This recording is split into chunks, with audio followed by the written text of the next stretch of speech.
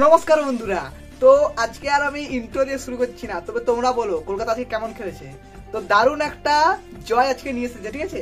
80 রানে জিতেছে কলকাতা, 80 রানে জিতেছে হায়দ্রাবাদকে, একদম একদম ধরাশায়ী করে দিয়েছে, ঠিক আছে।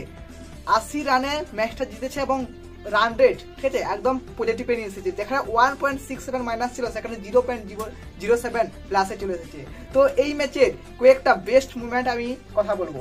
তো বেস্ট মুভমেন্টটা হচ্ছে সেই বৈভবরা দিল ট্রাভিসেটকে সেই ফাইনালেও 0 রানে আটকে দিয়ে ঘর পাঠিয়ে দিয়েছিল, আর আজকেও 4 রানে ঘর পাঠিয়ে দিয়েছে, ঠিক আছে। তো বৈভবরা আজকে ম্যান অফ দ্য ম্যাচ হয়েছে এবং খুব দারুণ বল করেছে, 14টা ডট বল করেছে, ঠিক আছে। তো ভবেবরার জন্য হ্যান্ডস আপ, সত্যি ভবেবরা এই সুইং পিচে, ঠিক আছে। আর হ্যাঁ, সত্যি হ্যান্ডস আপ সাংবাদিক থেকে শুরু করে কেকেআর ফ্যান্স থেকে শুরু করে প্রত্যেকজন যারা কলকাতার পিচ নিয়ে কথা বলছে, যে একটা টার্ন পিচ দরকার, এবং সেই টার্ন পিচ রয়েছে যেখানে স্পিনার এবং সুইং বোলাররা খুব ভালো গ্রিপে এসেছে, ঠিক আছে। আর এটাই করে দেখালো কলকাতা যে যদি তাদের মনের মতন মাঠ হয় তারাও ছেড়ে কথা বলে না, ঠিক আছে। আজকে দেখিয়ে দিল এবং প্রমাণ করে দিল, এবং সুজন চক্রবর্তীর গালে একটা থাপ্পড়ও মেরে দিল। সুজন চক্রবর্তী, দেখো তোমরা কি বলেছিলে কলকাতার স্পিনাররা ভালো বল করতে পারেনি বলে আরসিবির বিরুদ্ধে ম্যাচটা জিতে গেছিল, আরসিবি কলকাতা হেরে গেছিল জন্য। তো আজকে দেখলে তো কি হলো, 120 অল আউট করে দিচ্ছে। যে টিম 300, আজ কিপার 300 বার বলে তাকে ঘর পাঠিয়ে দিয়েছে পুরো। আমি যদি ম্যাচের কথাই বলি তাহলে এখানে এসআরএইচ টসে জিতে প্রথমে বোলিং করার সিদ্ধান্ত নেয়। তো আমি তো ভাবলাম যা আজকেও কলকাতার গেল, কিন্তু আজিঙ্কে রাহানে যখন এসে বলে যে তারা ব্যাটিং পেয়ে খুব আনন্দিত হয়েছে, তখন আমার মনের মধ্যে কিছু একটা মনে হলো যে হ্যাঁ ঠিক, হয়তো পিচ ভালো কন্ডিশন রয়েছে প্রথম ব্যাটিং করার জন্য, আর সেটাই হলো, ঠিক আছে। তো প্রথমে ব্যাটিং খুব ভালো করেছে কলকাতা, তবে হ্যাঁ এখানেও টপ অর্ডার কিন্তু চলে নি। নারিন এবং কুইন্টন ডিকক প্রায় ম্যাচগুলোতে ওপেনিং এ ফ্লপস খাচ্ছে, ঠিক আছে। তো আজিঙ্কে রাহানে এসে প্রচুর ভালো একটা নক খেলেছে, ঠিক আছে। আজিঙ্কে রাহানে 27 বলে 38 করেছে, এবং সেদিকে অঙ্কুশ রঘুবংশী দারুণ একটা শট খেলেছে, 32 বলে 50 রান করেছে। তারপর আসলো ভেঙ্কটেশ আয়ার। প্রথমে ভেঙ্কটেশ আয়ার 10 বলে 8-7 এরকম একটা রান করেছিল। আমি বললাম কি ভাই, এটাকে সবাই বলছে 24 কোটির প্লেয়ার কি করছে। আমিও প্রথমে ভাবলাম যে ফর্ম নেই একদম ভেঙ্কটেশ আয়ার, কিন্তু তারপরে 29 বলে 60 রান করেছে, 3টে 6 7টা 4 মেরেছে এবং 206 এর স্ট্রাইক রে। এখন কেউ বলবে যে 24 কোটির প্লেয়ার বলে। তো ভেঙ্কটেশ আয়ার খুব দারুণ খেলেছে, তার সঙ্গে রিঙ্কু সিং।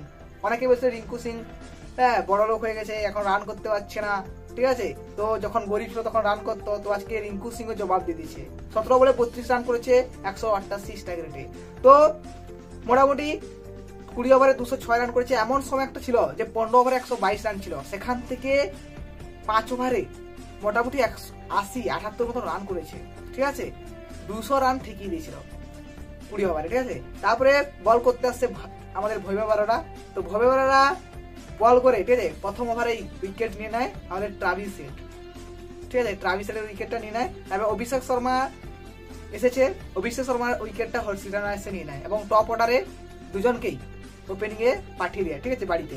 তারপরে ঈশান কিষান আসে এবং ঈশান কিষানকে আবার ভৈভবরা উইকেটটা নিয়ে নেয়, এবং আজিঙ্কে রানের দারুণ ক্যাচ ছিল ভাই, উড়ে এসে ক্যাচটা ধরলো, ঠিক আছে। আজিঙ্কে রানের দারুণ ক্যাচ ধরেছে, এবং ওদের